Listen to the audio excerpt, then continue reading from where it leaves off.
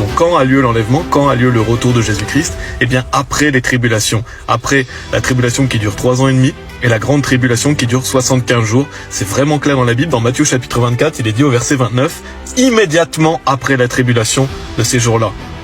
On voit que c'est immédiatement après la tribulation. Le soleil s'obscurcira et la lune ne donnera pas sa lumière et les étoiles tomberont du ciel et les pouvoirs des cieux seront ébranlés. On va lire la suite. Et alors apparaîtra le signe du Fils de l'homme dans le ciel. Donc là, on voit le retour de Jésus-Christ. Et alors toutes les tribus de la terre seront dans le deuil et elles verront le Fils de l'homme venant dans les nuages du ciel avec pouvoir et grande gloire. Et il enverra ses anges avec un grand son de trompette et ils rassembleront ses élus des 4 vents depuis un bout du ciel jusqu'à l'autre bout. Donc ici, on voit clairement l'enlèvement. Qu'il envoie ses anges avec un grand son de trompette et ils rassembleront ses élus. Donc l'enlèvement a lieu, on le voit clairement, après la tribulation. Donc les gens qui vous disent que l'enlèvement a lieu avant la tribulation, c'est un mensonge. Il est vraiment clair et on le voit dans Matthieu chapitre 24. Mais vous pouvez aussi lire au sujet de la fin du monde si vous voulez dans Luc chapitre 21, Marc chapitre 13. Et de la grande tribulation qui va durer 75 jours. Et beaucoup de personnes m'ont demandé plusieurs personnes m'ont demandé d'où viennent ces 75 jours. Quand vous allez dans Daniel chapitre 12, il est mention de 1335 jours. Et quand vous allez dans Apocalypse chapitre 12, il est mention de 1260 jours. Et donc c'est 1335 moins ces 1260 qui font 75 jours. Et c'est la durée de la grande tribulation. Parce que les tribulations vont durer 3 ans et demi, mais la grande tribulation va durer 75 jours. Et la grande tribulation, c'est la persécution des chrétiens. Et donc, après cette grande tribulation, Jésus-Christ va revenir.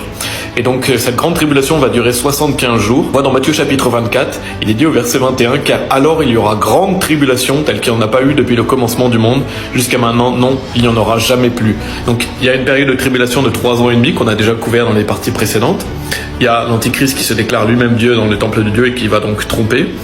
Et donc la mise en place de la marque de la bête. Et là, il y a le commencement de la grande tribulation, donc qui est la persécution des chrétiens, puisque les chrétiens ne vont pas prendre la marque de la bête et ils seront mis à mort. Donc beaucoup de chrétiens vont être mis à mort. Bien sûr, il y a des chrétiens aussi qui vont survivre jusqu'au retour de Jésus-Christ, parce que cette grande tribulation va durer 75 jours. Et il est dit au verset 22, « Et si ces jours-là n'avaient été abrégés, aucune chair ne serait sauvée, mais à cause des élus, ces jours-là seront raccourcis. » Donc on voit que cette grande tribulation va être raccourcie, elle va durer seulement 75 jours, parce que sinon tous les chrétiens seraient mis à mort par l'Antichrist, parce qu'il y aura une grande persécution. Et vu qu'on ne pourra plus acheter ni vendre avec la marque de la bête, les chrétiens ne pourront plus acheter ni vendre. Et donc ça va être des jours difficiles, mais bien sûr, heureusement, Dieu est là. Et Dieu va soutenir ceux qui le servent. Certains vont mourir pour Christ, et c'est un honneur. Ce qu'il ne faut pas, c'est être un chrétien charnel qui meurt d'une mort déshonorante. Mais si vous servez Dieu, alors vous pouvez mourir pour Christ, qui glorifie Dieu, ou vous pouvez être vivant lors du retour de Jésus-Christ. Et j'ai déjà parlé dans une série de vidéos, si vous voulez voir sur ma chaîne, comment survivre aux tribulations, si vous voulez voir. Et donc dans cette vidéo, je parle de la grande tribulation, mais cette grande tribulation, 75 jours après, il y aura le retour de Jésus-Christ. Et ça sera traité dans une prochaine vidéo. Donc tu dis, il revient bientôt Jésus-Christ. Alors, on ne sait pas quand est-ce que Jésus-Christ va revenir, c'est vrai, on ne sait ni le jour ni la date, on ne sait pas quelle année, on ne sait pas quel jour, on ne sait pas la date. On sait juste que la Bible nous donne certains signes que Jésus-Christ, comment sera le monde à l'époque où Jésus-Christ va revenir. On ne sait pas si ce sera pendant une génération ou plus tard. En fait, comment on sait vraiment quand est-ce que Jésus-Christ va revenir? Quand justement l'Antichrist se déclare lui-même Dieu dans le temple de Dieu et qu'il met en place la marque de la bête.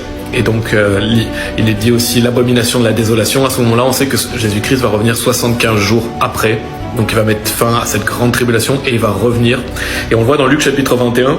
Il est dit au verset 27, « Et alors ils verront le Fils de l'homme venant dans un nuage avec pouvoir et grande gloire. » Verset 28. « Et quand ces choses commenceront à arriver, alors regardez en haut et levez vos têtes, car votre rédemption approche. » Donc qu'est-ce qui marque vraiment le fait qu'on est sûr que Jésus-Christ revient? C'est le commencement de la grande tribulation, et donc on sait que 75 jours après, Jésus-Christ revient. Et donc on va parler du retour du Seigneur Jésus-Christ et de l'enlèvement dans une prochaine partie. Amen.